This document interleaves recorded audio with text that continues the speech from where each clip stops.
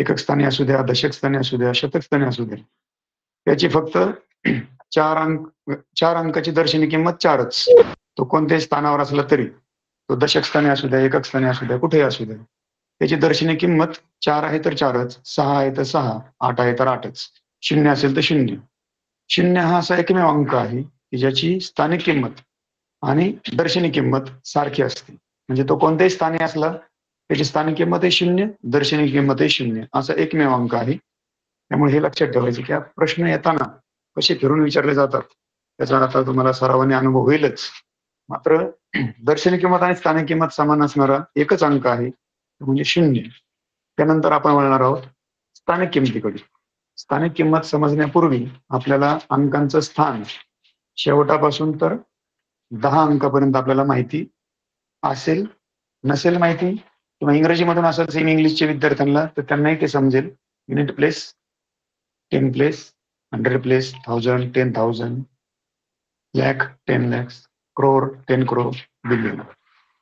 या प्रकारे मराठीमधून एकक, दशक, शतक, हजार, दश हजार, लक्ष, दशलक्ष, कोटी, दशकोटी, अब्ज या 10 अंकापर्यंत स्थान आपल्याला संख्यांचं अचूक माहिती असलं पाहिजे.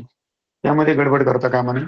त्याचप्रमाणे एककसाठी स्थानिक किंमत, दर्शनी किंमत सारखीच, त्यामध्ये बदल होत नाही. एकक स्थानासाठी स्थानिक किंमत, दर्शनी किंमतीत फरक पडत नाही. एकक स्थानाला जर 0 असेल, 2 असेल, 5 असेल, जे काय असेल त्याची स्थानिक किंमत, दर्शनी किंमत सेम टू सेम, त्यात काडी मात्र बदल होत नाही. स्थानिक किमतीमध्ये दशक स्थानच्या अंकाला 1 शून्य जोडला जातो, शतक स्थानला 2 शून्य जोडले जातात, हजार स्थानला 3 शून्य जोडले जातात, दश हजारला तसेच याप्रमाणे एक एक एक एक शून्य वाढत वाढत जातो. 10,000ला 4 शून्य जोडले जातात अंकाच्या पुढे, लक्षला 5 शून्य, दशलक्षाला 6, कोटीला 7, दशकोटीला 8, अब्जाला 9. याप्रमाणे प्रत्येक त्या अंकाच्या समोर तेवढे शून्य जोडले की त्याची स्थानिक किंमत आपल्याला सहजपणे मिळू शकते. उदाहरणार्थ जर आपण या ठिकाणी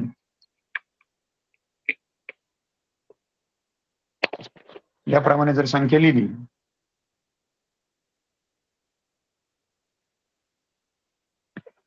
तर एकक स्थानचा जो 0 आहे त्याची स्थानिक किंमत 0, दशक स्थानचा जो 5 आहे 50, शतक स्थानचा 3 आहे 300, हजार स्थानचा 7 आहे 7,000, दश हजारचा 4 आहे 40,000. लक्षला जर आपण एखादा अंक अजून वाढून घेतला 5, त्यावरती शून्याची संख्या वाढत वाढत जाते. त्यामध्ये एकक, दशक, शतक, हजार, दश हजार, लक्ष. दशलक्ष मध्ये आपण जर अजून अंक वाढवला तर त्याचप्रमाणे त्याच्यावरचे 0 वाढत वाढत जातात. एकक, दशक, शतक, हजार, दश हजार, लक्ष, दशलक्ष. याप्रमाणे कोटीमध्ये अंक वाढवला आपण त्याचप्रमाणे 0 वाढत वाढत जाणार कोटीमध्ये सुद्धा. 1, 2, 3, 4, 5, 6, 7 शून्य अजून वाढेल त्याच्यावरती. त्यापुढे जेवढे स्थान आहेत 1, 2, 3, 4, 5, 6, 7 जेवढे स्थान त्याच्या पुढे आहेत तेवढे शून्य त्याच्या समोर आपल्याला द्यायचे, म्हणजे आपल्याला त्याची स्थानिक किंमत अचूकपणे सांगता येते. त्यासाठी हा बॉक्स जो आहे 10 अंकापर्यंत तो आपल्याकडे तयारच असला पाहिजे की आपण त्यामध्ये कोणती संख्या त्याच्यामध्ये भरली तर आपल्याला त्याची स्थानिक किंमत अचूकपणे सांगता येते.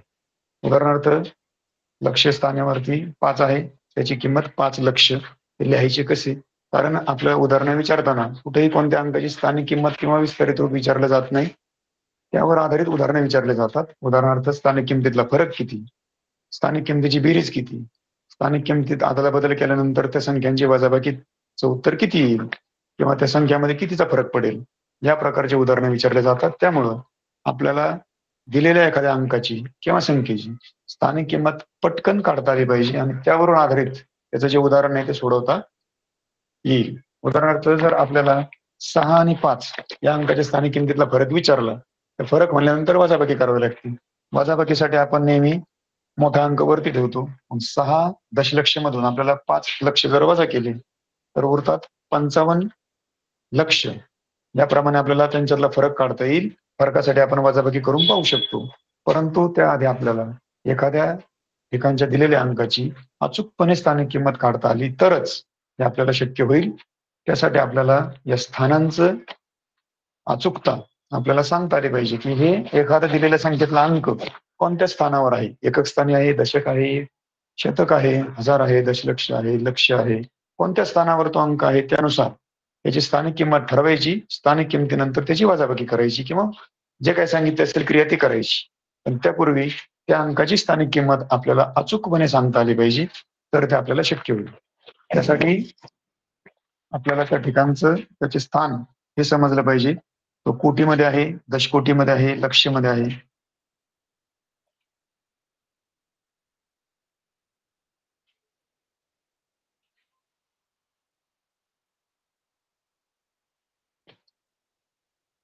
या स्थानिक किमतीतला जो प्रश्न असतात त्यामध्ये काही महत्वाचे प्रश्न असे आहेत. दर्शनी किंमत खूप सोपं आहे. दर्शनी किमतीमध्ये फारसं काही आपल्याला विचार करायची गरज नाही. दर्शनी किंमत म्हणजे दिलेल्या अंकाची जी किंमत आहे तीच. त्यामध्ये तुम्हाला त्याचं स्थान पाहण्याची आवश्यकता नाही. तो हजार स्थानी आहे का लक्ष स्थानी आहे का काही त्याची चिंता करण्याची गरज नाही.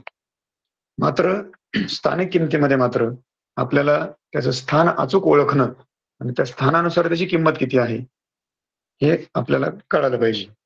तरच आपल्याला त्यावर आधारित उदाहरण सोडवता येतील. उदाहरणार्थ दिलेल्या एखाद्या संख्येमध्ये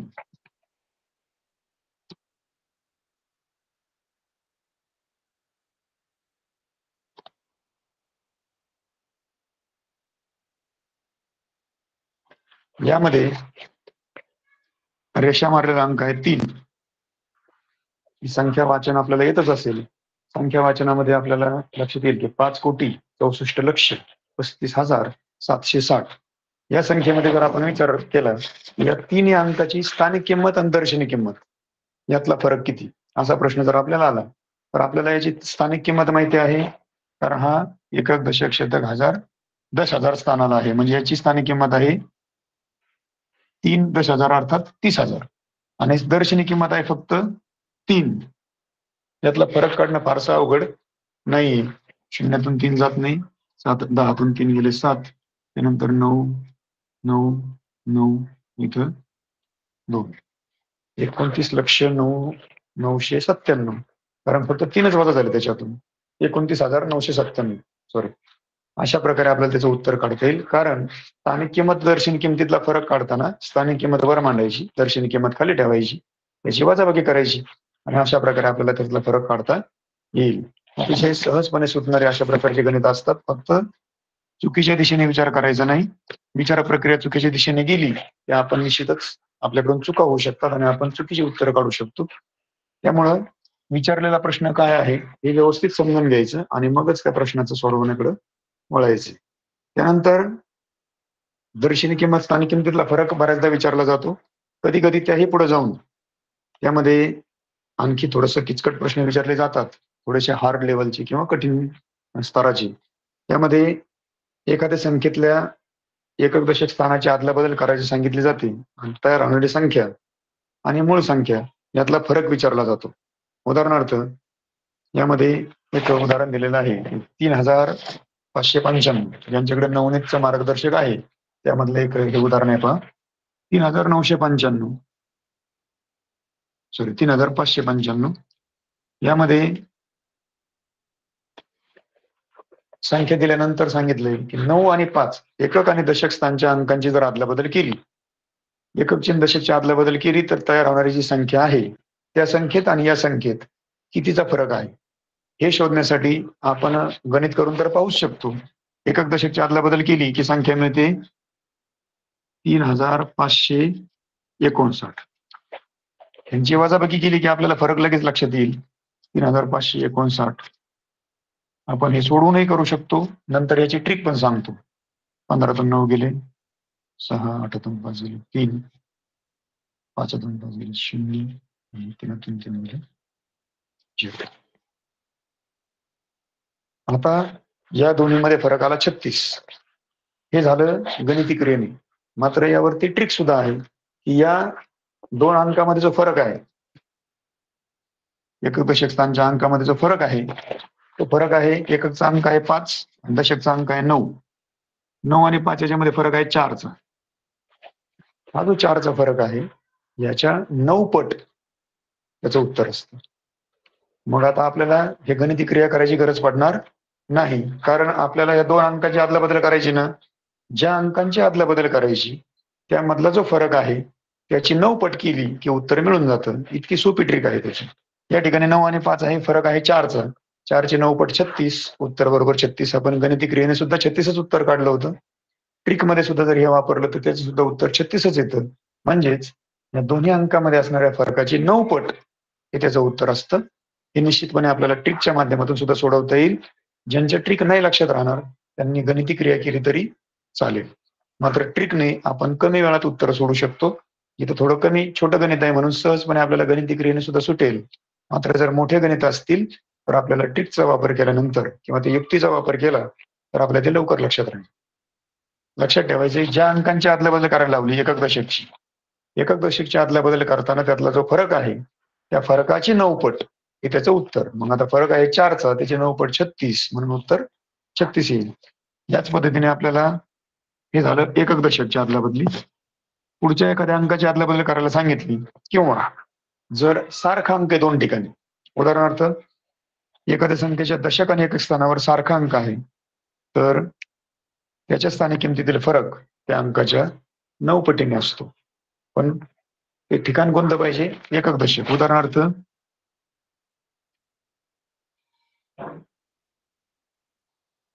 ही संख्या आहे याच्या 7344. हे अंक आपण वहीमध्ये लिहिलं तरी चालेल किंवा आपल्या लक्षात फळा जर क्लिअर दिसत असेल तर पहा.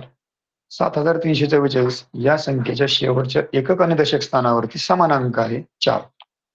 जर या 4च्या स्थानिक किमतीतला फरक विचारला तर या शेवटच्या अंकाची स्थानिक किंमत आहे 4, पण या दशक स्थानच्या 4ची स्थानिक किंमत आहे 40. 4 आणि 40 यातला फरक किती आहे? 36.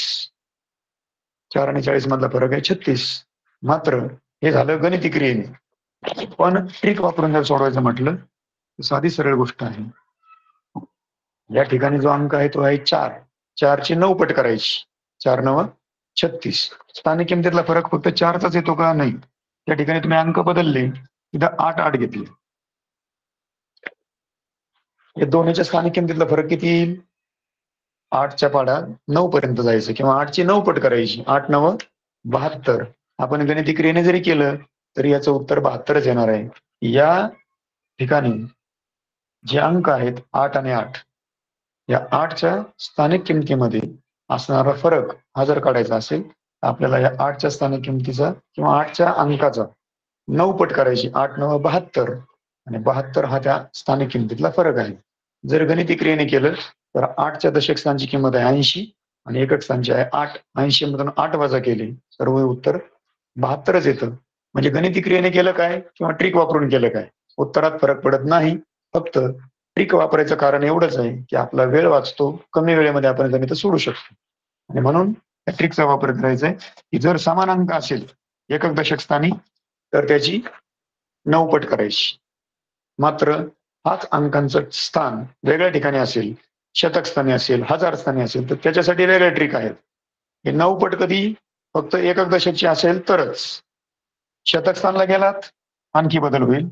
शतक दशक शतक आणि एकक स्थानी जर अंक असेल तर पट 9 ऐवजी किती होईल? 99 पट होईल. त्याचप्रमाणे जर हजार स्थानी आणि एकक स्थानी समान अंक असेल तर त्या स्थानिक किमतीतला फरक 999 पटीचा होईल. म्हणजेच एक अंक तुमचा एकक स्थानचा जो आहे, उदाहरणार्थ आता आपण शतकचं पाहू अगोदर. शतक स्थानी समजा 6 आहे, एकक स्थानी पण 6 आणि विचारलं की याच्या स्थानिक किमतीतला फरक किती? तुम्ही गणिती क्रियेने करू शकता. 6ची स्थानिक किंमत 600 आणि या शेवटच्याची 6. 600 मधून 6 वजा झाले, उत्तर राहील 594. मात्र याच्यावरती गणिती क्रिया जर करायची म्हटली तर सरळ सरळ उत्तर या ठिकाणी दिलेला अंक आहे 6. 6ची किती पट करायची? 99 पट. कारण हे दशक स्थानी होता तेव्हा आपण 9 पट केली. शतक स्थानी आल्यावर आता आपल्याला 99 पट करावं लागेल. 99 पटीने आणि संख्याचा अंक आहे 6. 6 9 54. 5 6 9 54 5 59. 594. आणि आपण गणिती क्रियेने जर केलं, याची स्थानिक किंमत 600, याची 6, 600तून 6 गेले 594. तुम्ही ट्रिक वापरून केलं तरी उत्तर बरोबर येणार आणि गणिती क्रियेने केलं तरी बरोबर येणार. आपल्याला जी पद्धत सोपी वाटते, सोयीची वाटते आणि पटकन करता येते त्याचा आपण वापर करू शकतो. त्यानंतर जर समान अंक असेल 1000 स्थानी आणि एकक स्थानी, उदाहरणार्थ 7537, यातल्या 7 या अंकाच्या स्थानिक किमतीतला फरक किती असा प्रश्न आला. तर या 7ची किंमत आहे 7000, याची आहे 7. 7000तून 7 वजा केले तरी उत्तर मिळेल आपल्याला. 7000तून 7 वजा केले 6993 उत्तर येईल. तरी उत्तर मिळेल आपल्याला वजाबाकी करून. नाही तर ट्रिक वापरायची असेल या 7ला 999 गुणायचं, कारण 1000 स्थानी अंक आहे. 999 गुणिले 7, 7,963, 6, 7,963, 6,69, परत 6, 7,963, 6,69, 6,993, किंवा वजाबाकी जरी केली 7,000 वजा 7 तरी 6,993 उत्तर येणार आहे. म्हणजेच आपण ट्रिकच्या माध्यमातून जरी सोडवलं तरी उत्तर मिळते आणि वजाबाकी करून सोडवलं फक्त आपल्याला दोन्ही अंकांच्या स्थानिक किंमत अचूक काढता आल्या पाहिजे, म्हणजे आपल्या चुका होणार नाही.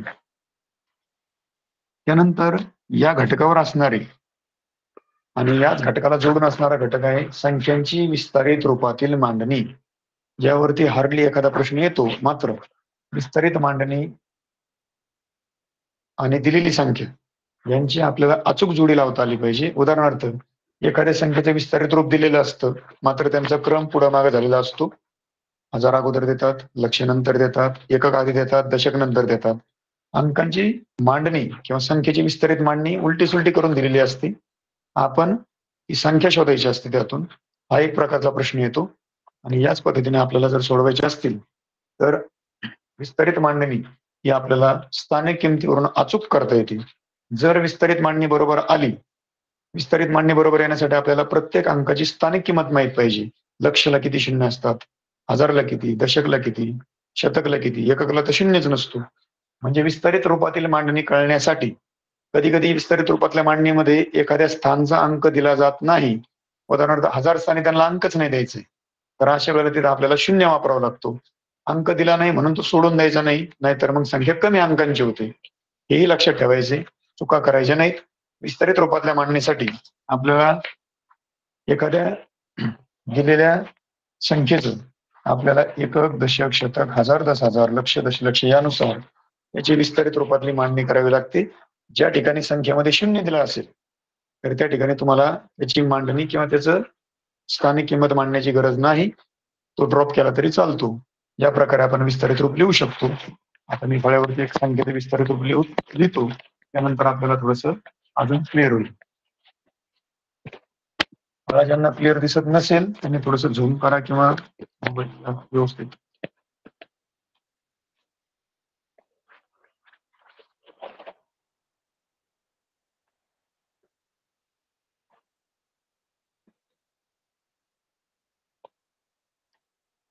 विस्तारित रूप म्हणजे दिलेल्या संख्येतल्या प्रत्येक अंकाची स्थानिक किंमत लिहायची.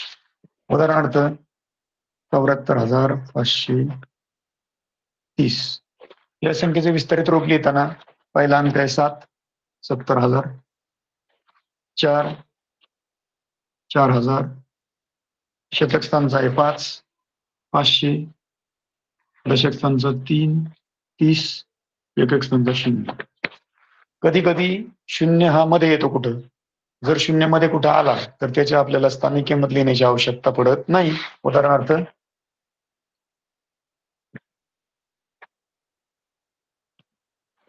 70,346, 7ची लिहिली 70,000, शून्यची लिहायची आवश्यकता नाही. 3चं 300, 4चं 40, 60, शेवटच्या 6चं 6. या ठिकाणी आपण जर पाहिलं तर संख्या 5 अंकी आहे, मात्र विस्तारित रूपामध्ये 4च आलेत. 10,000 स्थान आले, 1000 स्थान या ठिकाणी आलेलं नाही, कारण 1000 स्थानला शून्य असल्यामुळे त्याची लिहिण्याची आवश्यकता नाही. त्याचप्रमाणे शतक स्थानला 3 आहे 300, दशक स्थानला 4 आहे 40, एकक स्थानला 6 आहे 6. या पद्धतीने जर आपण व्यवस्थितपणे मांडणी केली तर आपल्या चुकीतून चुका होण्याची शक्यता राहत नाही. ज्या स्थानाला शून्य आहे त्याची मांडणीमध्ये तुम्हाला आवश्यकता नाही, नाही मांडला तरी चालतो. आणि शिष्यवृत्ती परीक्षेमध्ये हेच आपल्याकडून कन्फ्युज होतं आणि आपण त्यामध्ये चुका होतात. म्हणून ज्या स्थानाला शून्य आहे त्याची स्थानिक किंमत मांडण्याची आवश्यकता पडत नाही. आता जनरली अशा प्रकारचं गणित कधी शिष्यवृत्तीला सरळ सरळ विचारलं जात नाही, कारण इतकं सहज सोपं तर कोणी सोडवेल. त्यामुळे या प्रकारची गणितं, या प्रकारचे प्रश्न शिष्यवृत्तीत येत नाहीत. हे फक्त आपल्याला बेसिक क्लिअर व्हावं, स्थानिक किंमत म्हणजे काय हे कळावं म्हणून आपल्याला हे उदाहरण सोडून दिले होते. ऍक्च्युली परीक्षेत असा प्रश्न कधीच येत नाही. मग परीक्षेत कशा प्रकारचा प्रश्न येतो, तर त्या ठिकाणी स्थानिक किंमत मांडून दिलेली असते.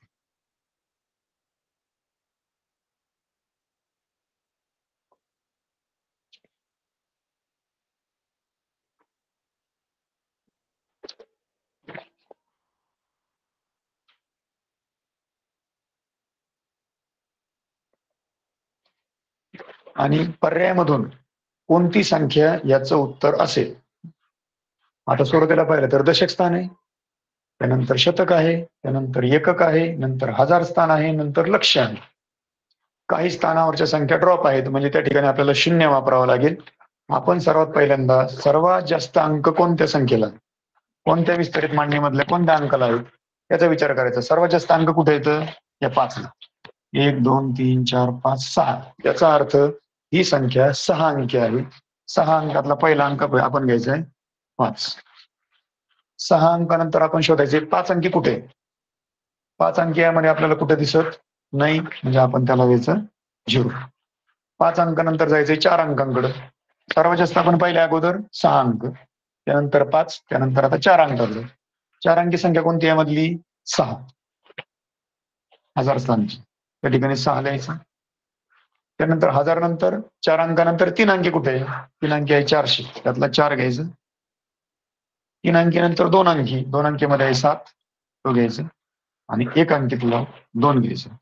या प्रकारची जर संख्या आपल्याला पर्यायामध्ये दिसली तर आपण उत्तर क्लिक करायचं. जनरली पर्यायामध्ये असा पर्याय पहिल्या नंबरला शक्यतो देत नाहीत, कारण पहिल्या नंबरला आपण घाईघाईने वाचताना चुका करतो आणि म्हणून पहिल्या नंबरला चुकीचा पर्याय असतो बऱ्याचदा.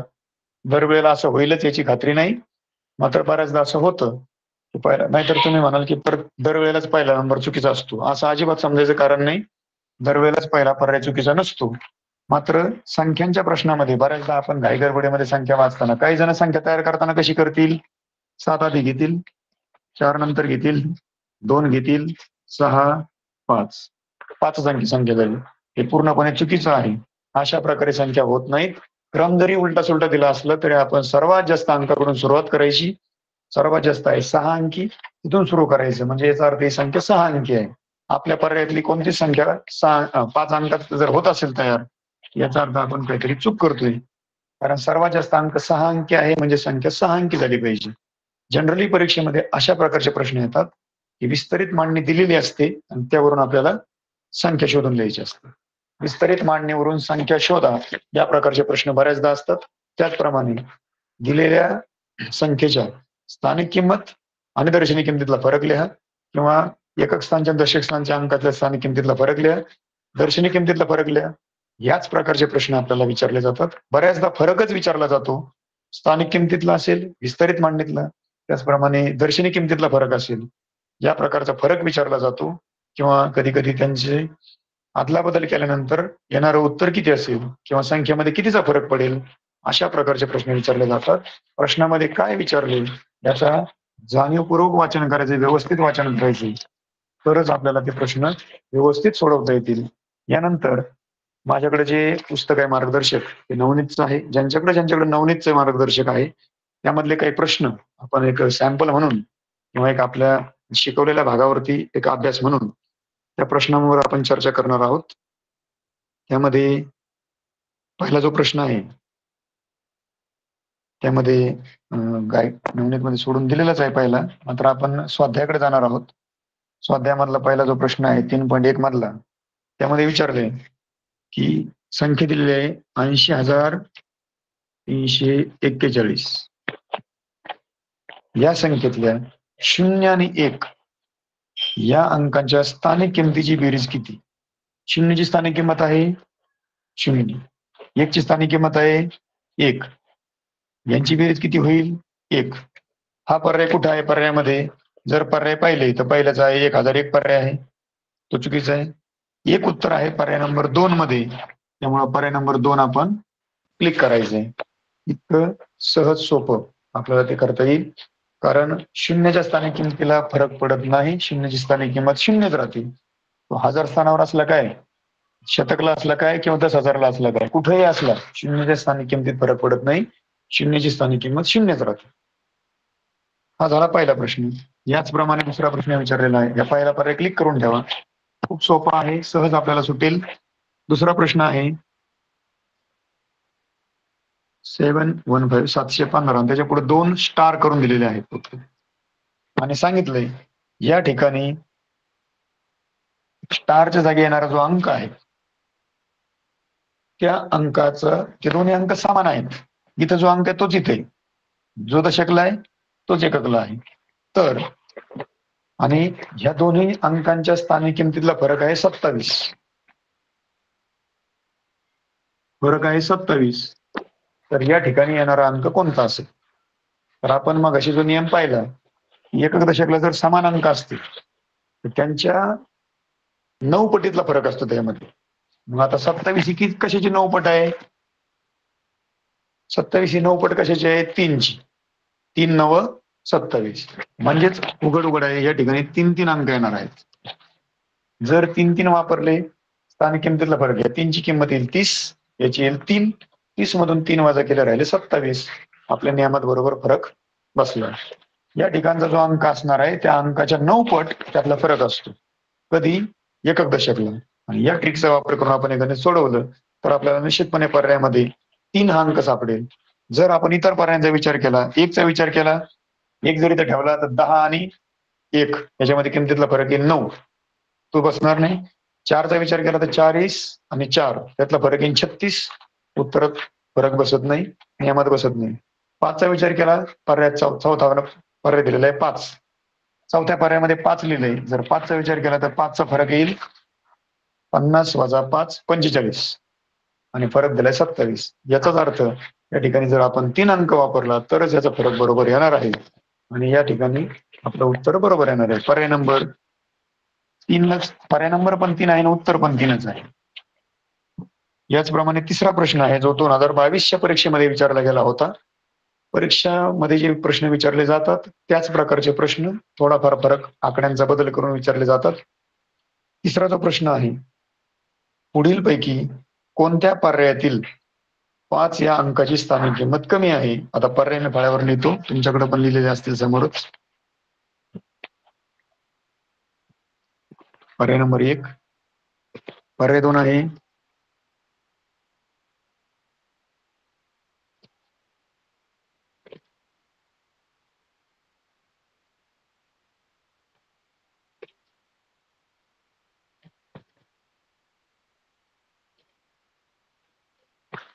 या 4 पर्यायामध्ये कोणत्या पर्यायातल्या 5 ची स्थानिक किंमत सर्वात कमी आहे?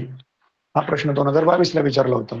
अशा प्रश्नामध्ये आपण विचार करताना ज्या ठिकाणी 5 जेवढा शेवटाकडे असेल, शेवटाकडे, तिथं स्थानिक किंमत कमी असते. कारण जेवढा तो डाव्या बाजूला जाईल किंवा इकडे सरकत जाईल तेवढी स्थानिक किंमत वाढत वाढत जाते. कारण एककला सर्वात कमी, दशकला जास्त, शतकला अजून जास्त, हजारला अजून जास्त, 10,000ला अजून जास्त. ज्या ठिकाणी 5 शेवटाकडे आहे, 5 जेवढा कमी स्थानाकडे असेल, एकककडे असेल, दशककडे असेल, जेवढा कमी स्थानाकडे असेल तेवढी त्याची किंमत कमी. म्हणजेच या वेळेला आपल्याला 5 एकक स्थानला कुठं आहे का त्याचा विचार करायचा. जर 5 एकक स्थानी असेल तर तोच पर्याय क्लिक करायचा, ज्यादा विचार करायची आवश्यकता नाही. 5 एकक स्थानी कोणत्या पर्यायात आहे? पर्याय नंबर 2 मध्ये. ऑफकोर्स आपलं उत्तर पर्याय नंबर 2च येईल. पर्याय नंबर 2 क्लिक करायचं आहे. 49,385 या संख्येमध्ये 5 या अंकाची स्थानिक किंमत सर्वात कमी आहे, कारण तो एकक स्थानावर आहे. आणि एकक स्थानावरती स्थानिक किंमत सर्वात कमी असते. जेवढा तो डावीकडे सरकत जाईल, स्थान वाढत वाढत जाईल, तेवढी स्थानिक किंमत वाढत जाते. म्हणून आपण एकक स्थानावरती त्याचा विचार करायचा आहे. जिथं तो एकक स्थानावर आहे तिथं त्याची स्थानिक किंमत सर्वात कमी असेल. प्रश्न नंबर 4. आपण एकक आणि शतकचा पण नियम पाहिला होता, त्याची ट्रिक्स आपण पाहिली होती. त्यामध्ये 99चा गुणाकार करावा लागतो त्या अंकासोबत. तर या ठिकाणी जो प्रश्न आहे 7, त्यानंतर स्टार, परत 2 आणि परत स्टार. या संख्येत स्टारच्या जागी असणाऱ्या अंकाची दर्शनी किंमत समान असून त्याच्या स्थानिक किमतीतला फरक 0 आहे, तर स्टारच्या जागी येणारा अंक किती? आता स्थानिक किमतीतला फरक 0 तेव्हाच येतो जेव्हा अंक 0 असतो. जर इथं आपण 1 घेतला, स्थानिक किमतीत फरक येईल, हा 100 होईल, हा 1 होईल, किमतीतला फरक येईल 99. जर 1 ला एवढा मोठा फरक येतोय, 2 ला अजून जास्त येईल, 3 ला अजून जास्त येईल, 4 ला त्याच्यापेक्षा जास्त, 5 ला अजून जास्त. म्हणजेच जर कोणताही अंक घेतला तर फरक 0 कधीच येणार नाही, कारण हे स्थान आहे शतक स्थान, हे आहे एकक स्थान. शतक स्थानाची आणि एकक स्थानाच्या अंकांची कधीच स्थानिक किमतीतला फरक 0 होऊ शकत नाही, जोपर्यंत तो अंक 0 असणार नाही. मग पर्यायामध्ये दिलेला पर्याय पहिला आहे 2. 2 घेतला तरी नियमात बसणार नाही. 2 जर घेतला आपण, याची होईल 200 आणि याची होईल 2. 200 आणि 2चा फरक येईल 198 आणि त्यांनी तर फरक दिलाय फक्त 0. स्थानिक किमतीतला फरक 0 तेव्हाच होतो जेव्हा तो अंक 0 असतो, कारण 0च्या स्थानिक किमतीत फरक पडत नाही. तो शतक स्थानला असला तरी 0, एककला असला तरी 0. म्हणजेच 0तून 0 गेला 0च उत्तर येईल. जेव्हा तो अंक 0 असेल तरच स्थानिक किमतीतला फरक 0 असेल, अन्यथा तो फरक 0 होणार नाही. म्हणून पर्याय नंबर 2 क्लिक करायचा आहे आपण, की त्या ठिकाणी पर्याय 0 दिलेला आहे. त्यानंतर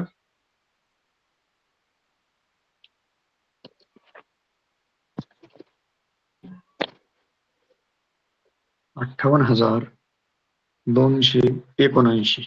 प्रश्न नंबर 5. आणि यात विचारलंय 10,000 स्थानच्या अंकाच्या स्थानिक किमतीचा व शतक स्थानच्या अंकाच्या दर्शनी किमतीचा गुणाकार किती? 10,000 स्थानचं स्थानिक किंमत आहे, 10,000 स्थानी अंक आहे 5, त्याची स्थानिक किंमत आहे 50,000. 10,000 स्थानच्या अंकाची स्थानिक किंमत 50,000. आणि नंतर काय विचारलंय, शतक स्थानच्या अंकाच्या दर्शनी किमतीचा गुणाकार. शतक स्थानचा अंक किती आहे 2, त्याची दर्शनी किंमत लिहायची. 200 लिहायचं नाही, कारण त्याची स्थानिक किंमत सांगितलेली नाही, त्याची दर्शनी किंमत सांगितली. दर्शनी किंमत म्हणजे 2च लिहायचं. जर स्थानिक सांगितली असती तर 200 लिहावं लागले असते, दर्शनी किंमत 2च लिहायची. या प्रकारे आपल्याला गुणाकार सोडवायचे. 200, 200, 200, 200, 2 10, 1,00,000 एवढं उत्तर त्याचं येणार आहे. या पर्यायामध्ये आपल्याला ते दिसतंय, पर्याय नंबर 4 मध्ये. जर आपण स्थानिक किंमत दर्शनी किंमत बरोबर मांडली, गुणाकार बरोबर सोडवला, तर हे आपल्याला सुटणार आहे. जर आपली स्थानिक किंमत चुकली किंवा दर्शनी किंमतीच्या ऐवजी आपण स्थानिक किंमत वापरली तर गुणाकार चुकणार आहे. गुणाकार चुकला की पर्याय चुकणार आहे. त्यामुळं आपण व्यवस्थित जे सांगितलंय तेवढंच करायचे, जे विचारलंय त्याच दिशेने आपण जायचे. चुकीच्या दिशेने गेलात की आपल्या विचारांची दिशा चुकली की आपण निश्चितपणे उत्तर चुकीचं लिहिणार आहोत. चुकीच्या उत्तराकडे अजिबात जायचं नाही, कारण प्रश्नामध्ये जे सांगितलंय त्याचा अर्थ समजून मग जायचंय पुढे. त्याचप्रमाणे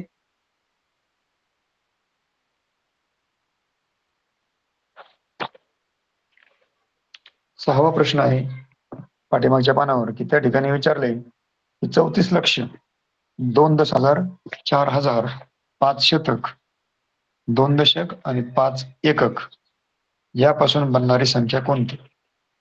पहिल्यांदा काय सांगितलंय, 34 लक्ष 2 10,000 4,000 5 शतक. सरळ सरळ प्रत्येक स्थान दिले त्यामुळे आपल्याला काही अडचण येणार नाही. 2 दशक आणि 5 एकक. सरळ सरळ आहे. लक्ष, 10,000, हजार, शतक, दशक, एकक. एकक मध्ये किती आहे 5, दशक मध्ये 2, शतक मध्ये 5, हजार मध्ये 4, 10,000 मध्ये 2, लक्ष दशलक्ष एकत्र आहे कारण 2 अंकी आहे म्हणून 34. वाचन होईल 34,24,525. या हे पर्याय नंबर 1 मध्ये उत्तर आहे. ज्या ज्या अंक दिलेत, जे दिला नसेल, समजा दशक दिला नसेल तर त्याला आपण 0 लिहिला असता, पण सगळे दिलेले असल्यामुळं आपल्याला कुठे 0 लिहायची आवश्यकता पडली नाही. जर 1000 दिला नसता तर त्या 1000च्या जागेवर आपण 0 लिहिला असता. मात्र सगळ्या ठिकाणचे अंक दिल्यामुळं आपल्याला या ठिकाणी काही अडचण आली नाही लिहिताना. अशा प्रकारे आपण ते अचूक त्याचं मार्गदर्शन अचूक प्रकारे त्याचं कॅल्क्युलेशन करायचं तरच आपल्याला त्याचं उत्तर काढता येईल, अन्यथा आपल्याकडून चुका होण्याची शक्यता असते. आता विचारलंय 2019चा प्रश्न आहे. परीक्षेमध्ये जे प्रश्न विचारले असतात त्यांची लेवल आपल्याला लक्षात येईल पण लगेच. 2019ला जो प्रश्न विचारला होता त्यामध्ये 2 संख्यांचा फरक विचारला होता. सगळ्यात पहिल्यांदा संख्या होती 26,586 आणि यावरती प्रश्न असा होता की हजार आणि दशक स्थानच्या अंकांच्या स्थानिक किमतीची बेरीज. हजार स्थानी किती आहे? 6. दशक स्थानी आहे 8. याच्या स्थानिक किमतीची बेरीज करायची. 6 ची स्थानिक किंमत आहे 6,000 आणि 8 ची स्थानिक किंमत आहे 80. याची बेरीज होईल 6,080. अजून काय सांगितलंय? शतक व दशक स्थानच्या अंकाच्या स्थानिक किमतीची बेरीज. शतक स्थानी काय आहे? 5 आणि दशक स्थानी काय आहे? 8. 5 ची स्थानिक किंमत आहे 500, 8 ची आहे 80. याची बेरीज होईल 580. आता ह्या 2 बेरजा झाल्यानंतरचा पुढचा प्रश्न असा आहे, या दोन्ही बेरजातला फरक किती? म्हणजेच अगोदर आपल्याला या दोन्हीच्या स्थानिक किमतींच्या बेरजा करायच्या. स्थानिक किमतीच्या आलेल्या बेरजातला फरक काढायचा, म्हणजे जी मोठी आहे ती वर मांडायची, 6,080 वर ठेवायची. त्यानंतर 580 त्याच्यातून वजा करायची आणि मग आपल्याला फरक काढायचा. ज्या अंकांची स्थानिक किंमत सांगितली त्यांचीच बेरीज करायची. इथं सांगितली होती हजार स्थानाची आणि दशक स्थानाची, इथं सांगितली होती शतकाची आणि दशकची. ज्याची सांगितली तीच बेरीज करायची, तर ते आपल्याला बरोबर करता येईल. त्याचप्रमाणे जर आपण पाहिलं, यांची वजाबाकी करताना 0तून 0, 0, 8तून 8 गेले 0, 0तून 5 जात नाही, 10तून 5 गेले 5, 5तून 5, 5तून 0 गेला 5च. 5,500 हा पर्याय जिथं आहे ते आपल्याला क्लिक करायचे, पर्याय नंबर 2 वर आहे. अशा प्रकारे या ठिकाणी आपल्याला 3 क्रिया कराव्या लागल्या. स्थानिक किंमत शोधायची, त्याची बेरीज करायची, परत स्थानिक किंमत शोधायची, बेरीज करायची, या दोन्ही बेरजांची पुन्हा वजाबाकी करायची. या 3 क्रिया केल्यानंतर आपलं उत्तर मिळणार आहे. या तिन्ही क्रिया जेव्हा बरोबर येतील तेव्हा आपल्याला 2 मार्क मिळणार आहेत. म्हणून प्रत्येक क्रिया अचूक असावी, स्थानिक किंमत अचूक ओळखता यावी, ही गोष्ट ध्यानात ठेवायची. जवळजवळ दरवर्षी यावरती 1-2 प्रश्न तरी निश्चितपणे असतातच. 2022चा पाहिला आपण, 2019चा पाहिला, आणखी पुढच्या काही परीक्षामध्ये आलेले प्रश्न आपण पाहणार आहोत. त्यानंतर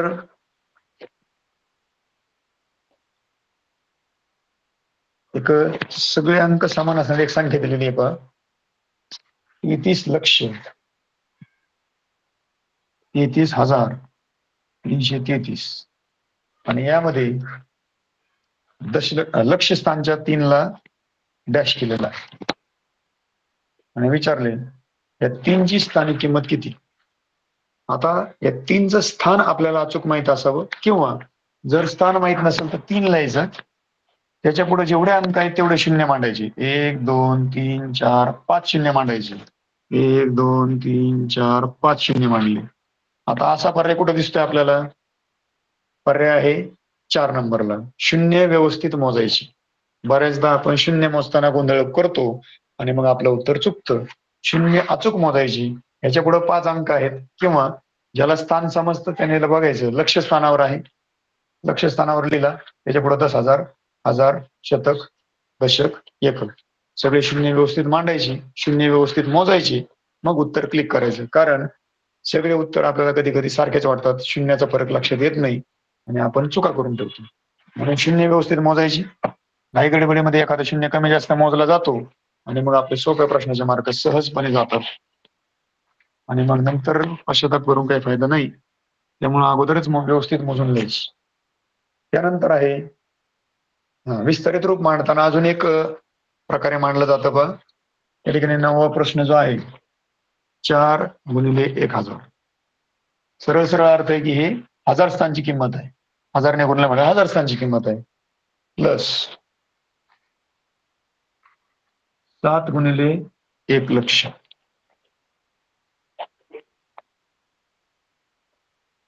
प्लस 5 परत प्लस 3 × 10, 10ने गुणलं म्हणजे हे दशक स्थान आहे. 5ला कशानेच गुणलं नाही म्हणजे एकक स्थान आहे. सर्वात जास्त स्थान कोणतं आहे? 7चं. हे आहे 1, 2, 3, 4, 5, 6 अंकी आहे. अर्थात ही संख्या 6 अंकी होईल. 7ला 1 नंबरला मांडलं. 5 अंकी दिसतंय कुठं? नाही, त्यामुळे 0 द्यायचं. 4 अंकी दिसतंय? दिसतंय, 4ला यायचं. 3 अंकी आहे कुठं? नाही, 0 द्यायचं. 2 अंकी आहे? 3. 1 अंकी आहे? 5. या प्रकारे आपण संख्या मांडून घ्यायची. संख्या मांडल्यानंतर ही संख्या पर्यायामध्ये कुठं दिसते का हे पाहायचंय. पर्यायामध्ये जरी संख्या नसेल तर आपण काहीतरी गोंधळ केला किंवा काहीतरी आपलं पुढं मागे सरकलं उत्तर लिहिताना 7 किंवा 4 आलटीपलटी झाला असेल, असं जर होऊ शकली तर आपल्या पर्यायामध्ये ते उत्तर दिसणार नाही. मात्र आपण जे उत्तर काढले हे पर्यायामध्ये आहे. पर्याय नंबर या ठिकाणी 2 आहे, 7,04,035. आणि थोडस शून्यांचा गोंधळ इकडे तिकडे करतात आणि त्यामुळे आपला गोंधळ होऊ नये याची काळजी आपण घ्यायची. त्या ठिकाणी ते अचूक उत्तर शोधायचे आणि अचूक उत्तरच लिहायचं. पर्याय नंबर 2 9व्या प्रश्नाचं. त्याचप्रमाणे आता वळणार आहोत 10व्या प्रश्न. सेम याच प्रकारचा प्रश्न आहे. 5 × 1 प्लस 8 × 1000 प्लस 7 × 10 प्लस 6 × 100.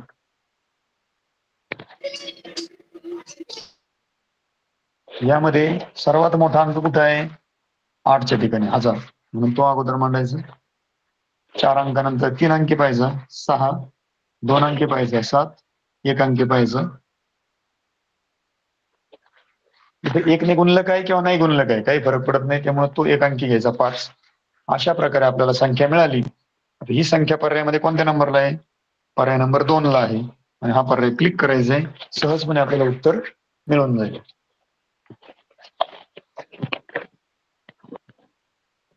त्यानंतर 40,56,784 या संख्येतल्या 4च्या स्थानिक किमतीची बेरीज. 2 ठिकाणी 4 आहे, इथं आणि इथं. दोन्ही ठिकाणच्या 4च्या स्थानिक किमतीची बेरीज 5च्या स्थानिक किमतीपेक्षा कितीने जास्त आहे? 5 हा एकदाच आहे, त्याची स्थानिक किंमत वेगळी आहे. 4च्या स्थानिक किमतीची बेरीज करू आपण आधी. 4ची स्थानिक किंमत इथं आहे 40 लक्ष. 1, 2, 3, 4, 5, 40 लक्ष. त्यामध्ये 4 मिळवले.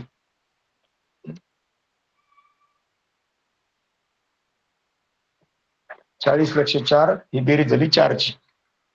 5ची स्थानिक किंमत आहे 10,00,000 म्हटल्यानंतर 10,000 म्हटल्यानंतर 5 10,000चे झाले 50,000. आता यातला फरक विचारलाय. मग 40,04,000 मधून 50,000 जर वजा केले तर उरतात, याच्यातून 50,000 वजा करा. आता 4तून 0 4 0 0 0 0 0 0 10तून 5 गेले 5 9 9 3 3. या वजाबाकी हातचे मांडून करायची आवश्यकता मला वाटत नाही. आता तुम्ही सिलेक्टेड मुलं आहात त्यामुळे तुम्हाला या वजाबाकी कळाल्या असतील. या ठिकाणी 0चा 10 होता, 10तून 5 गेले, इकडे 0ला हातचा आला म्हणून इथं 9 राहिले, 9तून 9 राहिले खाली. या 4मधून इकडे हातचा गेला होता त्यामुळे 3तून 3. या ठिकाणी काय मला वाटत नाही हातची मांडणी करायची गरज आहे, कारण तुम्ही याच्या पुढे गेलेले विद्यार्थी असाल, कारण तुम्ही या मनात हातचे धरून सहज वजाबाकी करू शकत. इतक्या सोप्या त्या पद्धतीच्या करता येतात. आणि याला जर आपण हातचे मांडत बसलो तर शिष्यवृत्तीमध्ये आपला पेपर 2 दिवसही होणार नाही. त्यामुळं आपण वेगाने कशा बेरजा वजाबाकी करायच्या, बेरीज आणि वजा करताना वेगाने कसं करायचं आणि अचूकपणे कसं करायचं हे स्किल आपण डेव्हलप करून घ्यायचं, की आपल्या त्या बेरजा वजाबाकी सहजपणे झाल्या पाहिजे. कोणतेही कॅल्क्युलेशन मांडण्याची गरज नाही पडली पाहिजे. मनातल्या मनात त्या आपण केल्या पाहिजे. या प्रकारचं उत्तर पर्यायामध्ये आपल्याला ज्या ठिकाणी दिसतंय तो पर्याय नंबर आहे 2. 11व्या प्रश्नाचं उत्तर आहे पर्याय नंबर 2. या ठिकाणी 4च्या स्थानिक किमतीतला फरक. जनरली आपण असं म्हटलं की 4च्या स्थानिक किमतीतला आणि 5च्या स्थानिक किमतीतला फरक काढा. आपण 4चा विचार करतो. पण इथं 2 ठिकाणी 4 आहे याचा सुद्धा विचार आपण केला पाहिजे. या ठिकाणी फक्त 4चा विचार केला पहिल्याच, शेवटचं 4 मिसिंग होईल आणि आपलं उत्तर निश्चितपणे चुकेल. म्हणून प्रश्नामध्ये क्लिअरली काय सांगितलंय, प्रश्नाचा अर्थ समजून घेणं सर्वात महत्वाचं आहे. उत्तराकडे जाणं खूप सोपं असतं, पण प्रश्न कळाला तरच.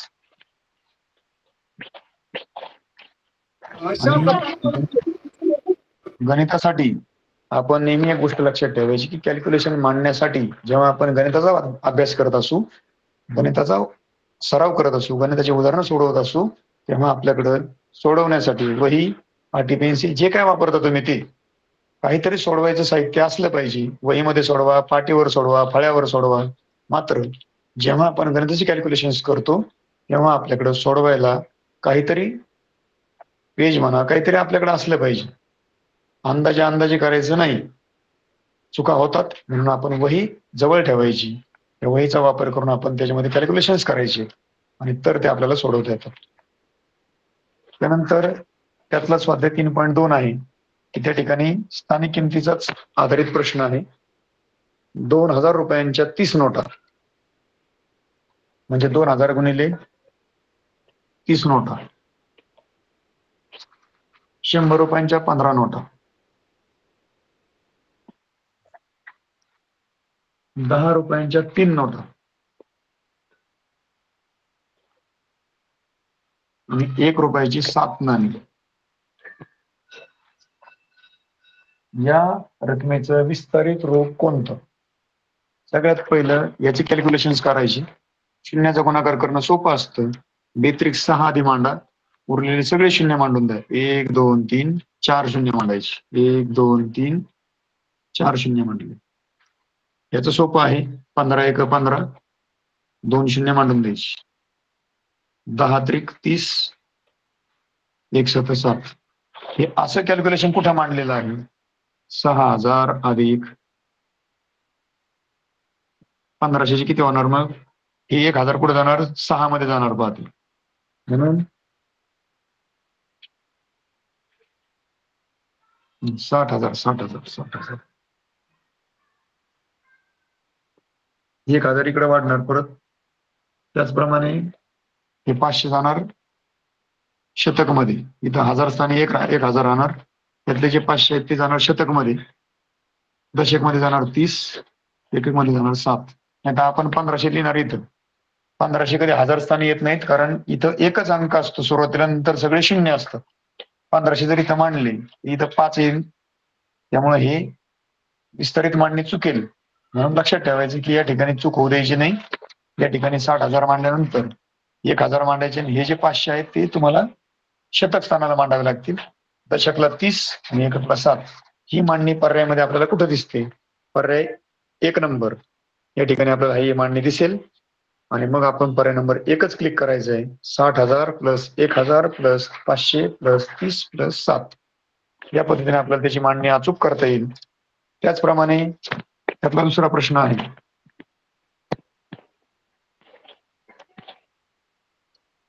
यातला जो दुसरा प्रश्न आहे की 2.5 लाख ही संख्या विस्तारित रूपात कशी लिहाल? तर 2.5 लाख हे आधी कळायला पाहिजे आपल्याला. 2.5 लाख म्हणजे किती? 2.5 लाख म्हणजे 2,50,000. आता हे विस्तारित रूपात कशी मांडायची किंवा कशी लिहिता येईल आपल्याला? तर 2.5 लाख म्हणजे आधी 2 लाख आणि मग नंतर 50,000. तर एक विचार करायचा आहे की 2 आणि त्याला 1 लाखाने गुणलं, हे झाले 2 लाख.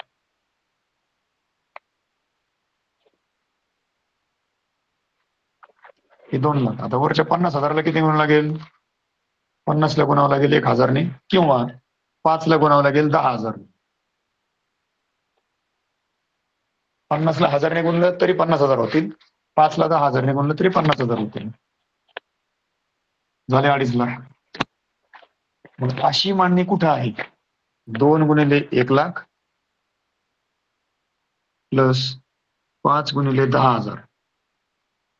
ज्याचं कॅल्क्युलेशन 2,50,000 आलं पाहिजे, 2.5 लाख झालं पाहिजे, असं कॅल्क्युलेशन कुठं मांडलेलं आहे? तर असा पर्याय दिलेला आहे पर्याय नंबर 4 मध्ये. इतर ठिकाणी पर्याय दिलेले आहेत, मात्र त्या ठिकाणी अंक चुकीचे वापरलेत, त्याचाही विचार करायचा आहे. घाईघाईत काहीचे काही उत्तर लिहून द्यायचे नाही. त्यानंतरचा पुढचा प्रश्न आहे तिसरा. 3 गुणिले 1,00,000, 7 गुणिले 10,000 आणि 5 गुणिले 1000.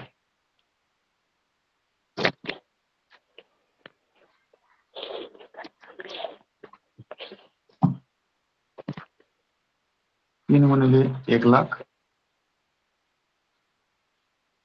7 गुणिले 10,000 यांची व्हॅल्यू काढायची लगेच. 3 गुणिले लाख म्हणले 3,00,000, 7 गुणिले 10,000 70,000 आणि 5 गुणिले 1,000, 5ला 1000 म्हणलं 5,000. यांची जर बेरीज केली तर उत्तर येईल 000 000 000 005, त्यानंतर 070 आणि 3,3. 3,75,000. पर्यायामध्ये कुठेच 3,75,000 दिलेलं नाही. मग आता पर्यायामध्ये 3,75,000 दिलेलंच नाही, डायरेक्ट अक्षरामध्ये लिहिलेलं आहे.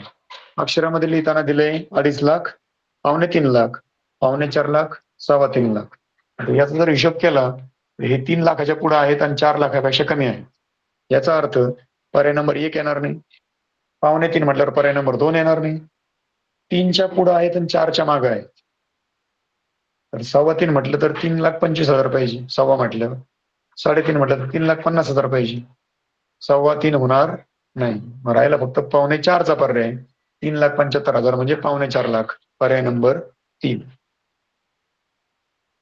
त्यानंतर 2018 मध्ये आलेला प्रश्न. याच प्रकारचे अशाच पद्धतीचे आपल्याला कॅल्क्युलेशन करायला लावणारे प्रश्न विचारले जातात. अजिबात गोंधळून जायचं नाही. 2018 मध्ये विचारलेला प्रश्न आहे. संख्या आहे 5,45,035 आणि या संख्येच्या 10,000 स्थानी असलेल्या अंकाची स्थानिक किंमत व दशक स्थानी असलेल्या अंकाची स्थानिक किंमत यातील फरक किती? 10,000 स्थानी जो आहे तो आहे 4 आणि दशक स्थानी आहे तो आहे 3. या दोन्हींच्या स्थानिक किमतीतला फरक आपल्याला काढायचा आहे. 10,000 स्थानी असलेल्या स्थानिक किंमत आहे 40,000 आणि दशक स्थानी असलेला आहे फरक, त्याची स्थानिक किंमत आहे 30. 40,000तून 30 वजा करायचे. 0 0 0 10तून 3 गेले 7 909 909 303 39,970. हा पर्याय कुठे दिसतोय आपल्याला? पर्याय नंबर 3 मध्ये. ही वजाबाकी तोंडी आपल्याला करता आली पाहिजे. ज्याला तोंडी नाही जमते त्याला लेखी जरी करायची म्हटली तरी हातचे न मांडता करता आली पाहिजे. हातचे मांडून जर वजाबाकी करावी लागत असेल तर त्याने त्याचा सराव करायचा आहे. हातचे न मांडता वजाबाकी करायला शिकायचं. कारण हातचे मांडत म्हणलं की वेळ जाणार, वेळ गेला की वेळ पुरत नाही पेपरला. म्हणून वेळ वाचवण्यासाठी आपण हातचे न मांडता वजाबाकी करायचे. हातचे मांडत बसायचं नाही. आणि त्यासाठी आपण एक गोष्ट लक्षात ठेवायची की आपण आपल्या वेगाबरोबर अचूकताही लक्षात ठेवायची. नाही तर आपण वेगाने सोडवलं आणि उत्तर चुकलं तर काही उपयोग होणार नाही. दोन्ही गोष्टी महत्वाच्या आहे, वेग आणि अचूकता. आपल्याला सोडवताना वेगही असावा आणि ती अचूक पण आलं पाहिजे. उत्तर जर चुकत असतील तर निश्चितपणे आपल्याला सुधारण्याची गरज आहे. नुसता वेग पकडून काही होणार नाही. याच प्रकारे आपल्याला गणित सोडवणे विचारले जातात. 2018 मध्ये हा इतका सोपा प्रश्न विचारला होता. जर आपल्याला दोन्हीची स्थानिक किंमत माहित आहे आणि आपल्याला वजाबाकी करता येते तर हा प्रश्न चुकण्याचं काहीच कारण नाही. हा प्रश्न चुकण्याची आपल्याला अजिबात शक्यता राहणार नाही. मात्र जर आपल्याला स्थानिक किमती माहीत नसतील किंवा काढता येत नसतील किंवा आपल्याला वजाबाकी करता येत नसेल तर आपला हा प्रश्न निश्चितपणे चुकणार आहे. अगदी कोणी किती समजावून दिलं तरी. त्यामुळे आपल्याला हे स्किल्स जे सॉफ्ट स्किल जे असतात की ज्यामध्ये आपल्याला हातचे न मांडता वजाबाकी करणं, शून्याचा गुणाकार करता येणं, त्यातला फरक काढता येणं, या सोप्या सोप्या ज्या गोष्टी असतात, हे सॉफ्ट स्किल जे असतात त्या अगोदर डेव्हलप करायची. उन्हाळ्याच्या सुट्टीमध्ये आपल्याकडे वेळ असतो, अशा गोष्टींचा सराव करायचा, भरपूर गोष्टी शिकून घ्यायच्या, मोकळ्या वेळेमध्ये या सगळ्या सॉफ्ट स्किलचा सराव करायचा. वेग आणि अचूकता या दोन गोष्टींवरती शिष्यवृत्तीमध्ये भर द्यायचं. आपल्या वेगाबरोबरच अचूक उत्तर येणं हेही तितकंच महत्वाचं आहे. आणि वेग आणि अचूकता आणायचा असेल तर त्याला सरावाशिवाय पर्याय नाही. सर्वात पहिल्यांदा आपण बेसिक गोष्टीपासून सुरुवात करायची.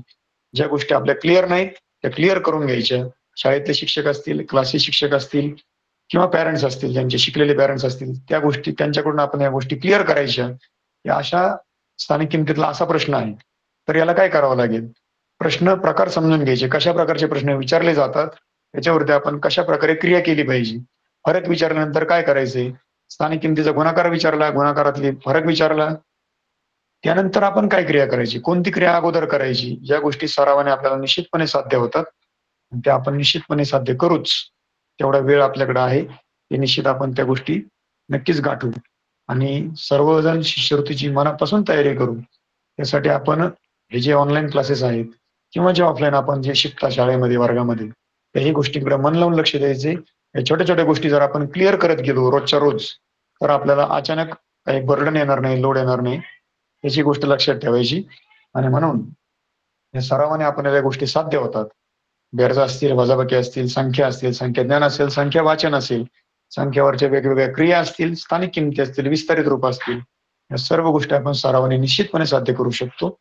यानंतर उद्याचं जे लेक्चर आहे ते लहानात लहान, मोठ्यात मोठी संख्या. त्याचप्रमाणे आजच्या लेक्चरमधला जो राहिलेला भाग आहे 3.2 आहे, 3.3 आहे, त्याच्यावरती भरपूर स्वाध्याय आहे. तो स्वाध्याय आपण घरी सोडवण्याचा प्रयत्न करायचा आहे. जे प्रश्न अडतील, चुकतील, आपल्या शिक्षकांकडून, मार्गदर्शकांकडून ते सोडवण्याचा प्रयत्न करायचा आहे. तरी काही अडचणी आल्यास तर पुन्हा एकदा जेव्हा माझं लेक्चर आहे परवा दिवशी, त्या दिवशी पुन्हा एकदा आपण जो नवीन घटक शिकणार आहोत, त्या ठिकाणी 1 ते 100 अंकावरचे संख्यावरचे प्रश्न. आणि त्यानंतरचे लेक्चर आहे पुन्हा शनिवारी. त्यामध्ये आपण शिकणार आहोत समसंख्या, विषम संख्या, मूळ संख्या. या लेक्चरला पुन्हा एकदा आपल्याला जर संधी मिळाली, वेळ मिळाला, तर निश्चितपणे आपण हा राहिलेला भाग सुद्धा पूर्ण करून घेऊ. सर्व विद्यार्थ्यांना नवीन शैक्षणिक वर्षाला पुन्हा एकदा शुभेच्छा. आजचं लेक्चर आता वेळ पूर्ण झाल्यामुळे आपल्याला थांबावं लागत आहे. तर ज्या विद्यार्थ्यांना आजचं लेक्चर समजलं असेल त्यांनी निश्चितपणे त्याचा सराव करा आणि झालेल्या घटकाचा आपल्या वहीमध्ये, आपल्या पुस्तकामध्ये, आपल्या सरावाच्या त्या मार्गदर्शकामध्ये निश्चितपणे आपण तो सोडवावा. आणि ज्या अडचणी येतील त्या निश्चितपणे विचाराव्यात. त्यासाठी वेगवेगळे पर्याय आपल्याकडे उपलब्ध आहेत. आजच्या विषयाचा आज वेळ संपल्यामुळं आपल्याला पूर्णविराम द्यावा लागतोय. राहिलेला उद्याचा लेक्चर पागिरे सर घेणार आहेत. परवा दिवशी पुन्हा एकदा मी लेक्चरला असणार आहे. 1 ते 100 संख्येवर आधारित प्रश्न हा घटक आहे परवा दिवशी. सो सर्व विद्यार्थ्यांना पुन्हा एकदा धन्यवाद. आणि शिक्षण विभागाला आणि पंचायत समिती शिक्षण विभाग नेवासा यांनी मला संधी दिल्याबद्दल त्यांचे मनापासून आभार. धन्यवाद.